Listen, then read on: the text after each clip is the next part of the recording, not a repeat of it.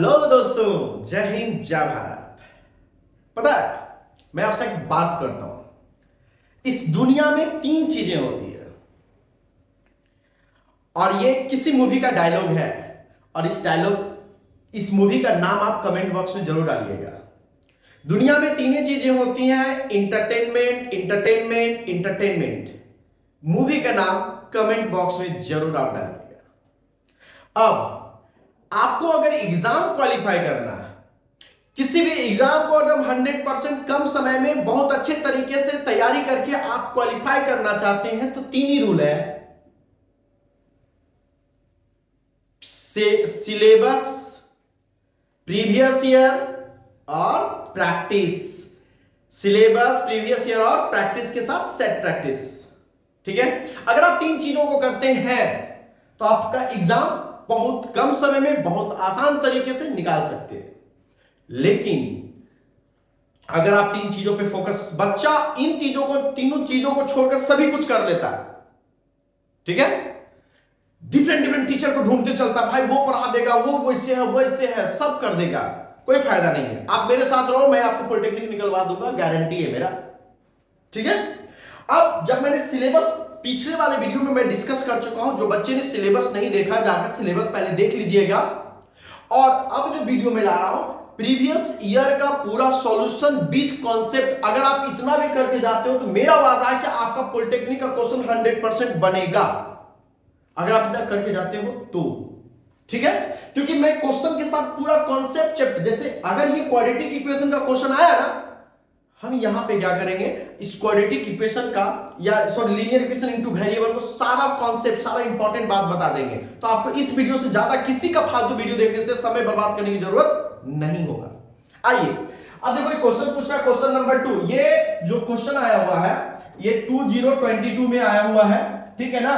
और set B का ये 2 नंबर क्वेश्चन है। ठीक है, अब इस क्वेश्चन बोला द पेयर ऑफ इक्वेशंस, एक इक्वेशन क्या दिया, x plus 2y minus 5 is equal to 0 and minus 4x minus 8y plus 20 is equal to 0, ये दे रहा है। ठीक है ना, ये दो इक्वेशन है हमारे पास। अब इसमें बोल रहा है ना कि ये दोनों जो इक्वेशन है, ये दोनों इक्वेशन में unique solution, exactly true solution होगा, इंफिनिटी मेनी सॉल्यूशन होगा और नो सॉल्यूशन। बच्चों, जब आप लीनियर इक्वेशन इनटू वेरिएबल पढ़ते हो तब आपको इन बातों का ध्यान होगा। देखिए कि लीनियर इक्वेशन इनटू वेरिएबल का स्टैंडर्ड फॉर्म होता है a1x v1 by plus c1 is equal to 0। दूसरा फॉर्मेट होता है a2x plus b2y plus c2 is equal to 0। ये दो इक्वेशन हो गया, इक्वेशन 1 एंड इक्वेशन 2। जब आपका ये दो इक्वेशन हो गया तो इसमें कोफिशिएंट को लेकर चलते हैं और इससे कंपेयर करते हैं कि इसका सॉल्यूशन होगा, नहीं होगा या बहुत सारा होगा। इसके लिए तीन केसेस बनते हैं। हम वेरिएबल का कोफिशिएंट का कंपैरिजन करते हैं। जैसे केस 1 अगर हम बात करेंगे बच्चों, केस 1 में अगर किसी भी दो लीनियर इक्वेशन इनटू वेरिएबल में अगर a1 by a2 does not is equals to b1 by b2 होता है, does not equals to b1 by b2 होता है, तो ऐसे इक्वेशन में एक सॉल्यूशन होता है ना, ओनली वन सॉल्यूशन है ना, ओनली वन सॉल्यूशन। यानी इसका ग्राफ जो होगा एक दूसरे को एक पॉइंट पे कट करेगा।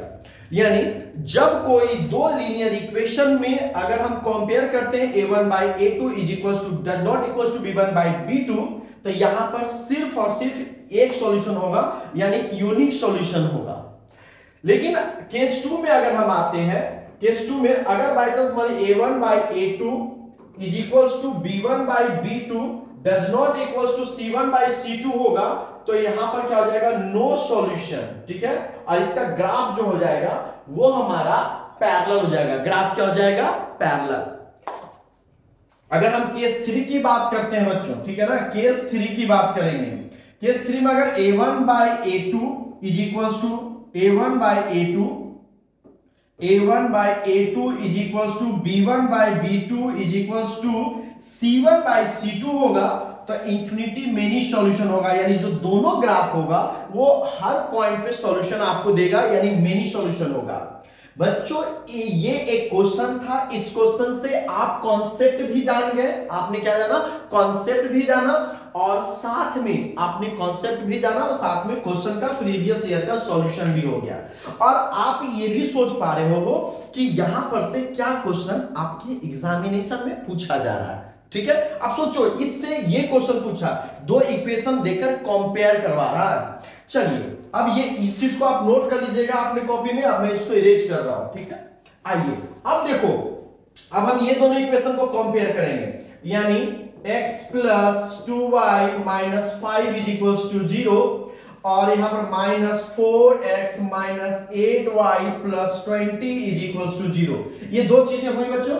अब मैं इसको कंपेयर करता हूं, तो देखो x के आगे कुछ नहीं है तो क्या है 1, x ये 2 में अगर हम a1 के जगह नीचे जाएंगे तो यहां कितना हो गया -4, फिर b के प्लेस पे कितना है 2 और b2 के प्लेस पे कितना है -8। ठीक है, चलिए अब अगर इसमें लिखते हैं तो ये कितना हो जा रहा है -5 और इसमें लिखते हैं तो कितना है +20, -5 और ये कितना बच्चों +20। अगर हम इन सारे का सॉल्यूशन करते हैं तो ये कितना सब दे रहा, ये हो जाएगा -1 -1/4, ये भी हो जाएगा 1 -4 और ये भी माइनस में ही आ जाएगा, यानी माइनस में। ये तीनों इक्वल हो गया, यानी इस केस में हमारा क्या हो गया, a1 by a2 is equals to b1 by b2 is equals to c1 by c2, यानी इसमें क्या हो जाएगा, इंफिनिटी मेनी सॉल्यूशन हो जाएगा। यानी ये दोनों इक्वेशन में हम अगर बात करेंगे तो ये क्या हो जाएगा, इंफिनिटी मेनी सॉल्यूशन हो जाएगा। क्यों, क्योंकि 1/4 1 by -4 और यहां पर भी चूंकि देखो, अब तुम कहोगे सर यहां पर तो -5 ऊपर है और ये 20 नीचे है, तो अगर मान लो कि दोनों को -1 से मैं मल्टीप्लाई करता हूं तो ऊपर 5 हो जाएगा, नीचे कितना हो जाएगा -20 हो जाएगा।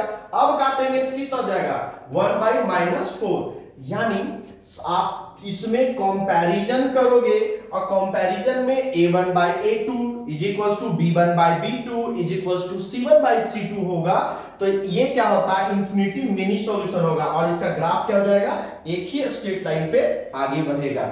आई होप कि आपको यह कॉन्सेप्ट समझ में आ गया होगा, लेकिन ये तो मैं सिर्फ प्रीवियस ईयर करवा रहा हूं। अगर आप चाहते हैं कि पूरा मैजिकल मैथमेटिक्स सीखने के लिए, और ये मैं आपको पढ़ा रहा हूं इसलिए इतना समय लग रहा है, लेकिन मेरे को अगर देखना होता तो डायरेक्ट कंपैरिजन कर लेते वहीं से और हम आंसर दे सकते थे। ठीक है बच्चों, चलिए अब हम लोग आते हैं नेक्स्ट क्वेश्चन में। ठीक है, नेक्स्ट क्वेश्चन की ओर बढ़ते हैं बच्चों, ध्यान से। ठीक है, आइए पहले आप बनाने का भी कोशिश करेंगे, अगर बोलिएगा तो बनाने का भी मौका दिया जाएगा। आप जल्दी से बताइएगा, कमेंट कीजिएगा, भर भर के कमेंट कीजिए, लोगों दोस्तों यारों को शेयर जरूर कीजिए। आपके लिए मैं काम कर रहा हूं और आप ज्यादा से ज्यादा सीख सकें और आपके दोस्त भी सीख सकें, तो इसके लिए, और ये कंटिन्यू चलेगा, आपके एग्जाम से पहले मैं आपको टॉप बनाकर ही छोड़ूंगा। ठीक है बच्चों, आइए, if the lines 3x plus 2ky minus 2 is equals to 0, equation first, and the second equation is that 2x plus 5y plus 1 is equals to 0। दो इक्वेशन दिया हुआ, अब बोला आर पैरेलल, यानी केस पैरेलल का दे रहा बच्चों, केस किसका है, पैरेलल का है, यानी कंडीशन क्या होगा, a1 by a2 is equals to b1 by b2 does not is equals to c1 by c2। क्या हो जाएगा, a1 by a2 is equals to b1 by b2 does not equals to c1 by c2, यानी no solution. Condition किसका बच्चों, no solution का। याद करवा देंगे यार, याद करवा देंगे, आपका याद हो जाएगा। ठीक है ना, टेंशन ही नहीं लेना, खाली आप जुड़े रहो। हिंदी वाले बच्चों ध्यान देंगे, यदि रेखाएं, एक रेखा ये बोल रहा है और इतना बोला समानांतर है, आप जानते हैं कि अगर वो रेखा समानांतर होगा तो वो क्या हो जाएगा, पैरेलल। अब पैरेलल का केस क्या होता है, a1 by a2 is equals to b1 by b2 does not equals to c1 by c2। a1 by a2 is equals to b1 by b2 does not equals to c1 by c2। ठीक है ना, ये याद करवा देंगे तुमको class में ही, तुमको कहीं जाने की जरूरत नहीं है, आंख बंद करके जुड़े रहो, और अगर दिक्कत होता है तो आप आ जाना, फिर यहां पर भी हम आपको तैयारी करवाएंगे, दी बेस्ट तैयारी करवाएंगे, क्योंकि पिछले साल भी 14th रैंक लेकर बच्चा आया था और इस बार तो गर्दा उड़ा देना है। ठीक है, बस आप लोग शेयर करो जितना हो सके, जितना दोस्तों तक पहुंचाइए आप इसे। आइए, इसका केस में क्या है, तो हम इसमें क्या हो जाएगा, a1 by a2 is equal to b1 by b2 does not equal to c1 by c2, इससे कोई मतलब ही नहीं है। चलो a1 के जगह आप कितना बच्चों 3, b के जगह आप कितना a2 के जगह 2, यहां पर इक्वल टू कितना जाएगा 5 2k, b2 के जगह आप कितना बच्चों 2k, और यहां पर कितना बच्चों है 5, यहां पर कितना है 5। तो देखो सिंपल सा बात है, 5 क्रॉस मल्टीप्लीकेशन करेंगे, 5 दिया 15, 2 2 जा 4, यानी 4k का वैल्यू कितना जाएगा 15, तो k का वैल्यू कितना जाएगा 15/4। तो देखो कहीं ऑप्शन में 4 ये नहीं है, ये हो जाएगा हमारा आंसर। आगे बढ़ जाएंगे फटाक से। क्लियर हो गया कॉन्सेप्ट? कोई दिक्कत होगा आप जरूर कमेंट करेंगे, हम आपके लिए जरूर सॉल्यूशन लाएंगे। हम आपको, मेरा इच्छा और चाहत यही है कि आप बहुत अच्छा करो और बहुत आगे बढ़ो, ठीक है? मेरा इच्छा और चाहत यही है। हम आपको तैयारी करवाएंगे, वो भी फ्री ऑफ कॉस्ट, कोई टेंशन नहीं लेना। पैसा भगवान बहुत दिए हैं, कोई टेंशन नहीं लेना है, ठीक है ना? आपकी तैयारी और आपके लिए मैं लेकर आया हूं बहुत अच्छे अच्छे क्वेश्चन। अब देखो यहां पर एक क्वेश्चन दे रहा ना, if one equation of a pair of dependent linear equation is, एक डिपेंडेंट लीनियर इक्वेशन, ये नया टर्म है बच्चों आप लोग के लिए, और ये चीजें आपको क्लियर नहीं होती है, ठीक है? डिपेंडेंट, देखो यहां पर कुछ नहीं है, ये चीजें सेम है। ये चीजें क्या है, मतलब अगर बोलते हैं मतलब कंसाइड्स करता है, यानी मेनी सॉल्यूशन वाला जो केस है इसकी बात कर रहा है। डिपेंडेंट सॉल्यूशन लीनियर इक्वेशन एक दिया हुआ है, दूसरा हमें ढूंढ कर बताना। तो इन्फिनिटी मेनी सॉल्यूशन का डिपेंडेंट लीनियर इक्वेशन का मतलब हो गया कि वैसा लीनियर इक्वेशन, एक जैसे 3 केस होता है, लीनियर इक्वेशन इन 2 वेरिएबल में 2 इक्वेशन होता है, और दोनों इक्वेशन के कंपैरिजन करने के बाद बताते हैं कि इंटरसेक्टिंग है कि पैरेलल है कि कोइंसाइड्स कर रहा है एक दूसरे पे, ठीक है? अब डिपेंडेंट लीनियर इक्वेशन एक नया वर्ड यूज हुआ है, तो यहां पर डिपेंडेंट लीनियर इक्वेशन का मतलब यह है कि इन्फिनिटी मेनी सॉल्यूशन, यानी लाइन एक दूसरे के पैरेलल चला जाएगा, इन्फिनिटी मेनी सॉल्यूशन। अब आपको पता होता है कि इन्फिनिटी मेनी सॉल्यूशन का क्या होता है, a1 by a2 is equals to b1 by b2 is equals to c1 by c2, यानी तीनों केसेस बराबर होता है, a1 by a2 is equals to b1 by b2 is equals to c1 by c2। यानी अगर कोई linear equation दिया हुआ है, जो हमें यहां पे दिया हुआ है, क्या दिया हुआ, -3x + 5 - 2, और एक ऐसा लीनियर इक्वेशन ढूंढ ले, यहां पर रख दे जिसमें से कि हमारा मतलब वो ये कंडीशन को सेटिस्फाई कर सकते, a1 by a2 is equals to b1 by b2 is equals to c1 by c2। अगर इस कंडीशन को सेटिस्फाई करता हो तो वही हमारा आंसर होगा। अब बताओ, हम अगर इसमें देखेंगे, पहला ऑप्शन देखेंगे तो 6 6 है, तो 6 और 10 आ रहा है। अब पहले तो देखो साइन से समझ जाएंगे, 2 माइनस साइन है, तो यहां पर भी देखो 2 माइनस साइन है, यहां पर ऑप्शन से ही आंसर उड़ा देंगे, ऑप्शन से ही answer, minus minus plus plus minus minus, यानी ये प्रोबेबली संभव है, ये संभव नहीं है क्योंकि यहां पर प्लस है, यहां पे माइनस है, तो संभव नहीं है।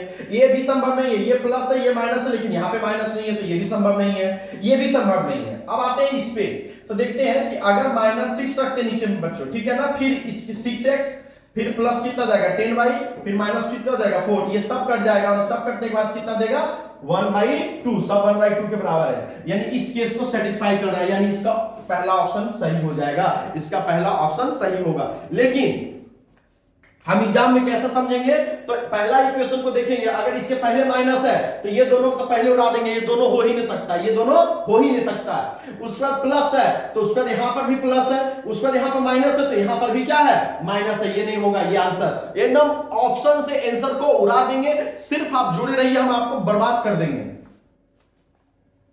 ठीक है? सॉरी, आपको नहीं बर्बाद करेंगे। अरे यार क्या निकल गया यार, आपको बर्बाद नहीं कर देंगे, मतलब क्वेश्चन को बर्बाद आप कर दोगे, ये बोलना चाह रहे थे, क्या टेंशन लेते हो, ठीक है? मतलब इतना बच्चा जैसा रोने लगता है, ठीक है? चलिए आइए, आप देखिएगा, क्वेश्चन को बर्बाद करना हम लोग का लक्ष्य है, और क्वेश्चन को बर्बाद कर ही देंगे। चलिए नेक्स्ट क्वेश्चन की ओर बढ़ते हैं, नेक्स्ट क्वेश्चन की ओर बढ़ते हैं, नेक्स्ट क्वेश्चन की ओर बढ़ते हैं। और नेक्स्ट क्वेश्चन क्या बोल रहा है, which of the following methods is used to find the solution of a pair of linear equation algebraically।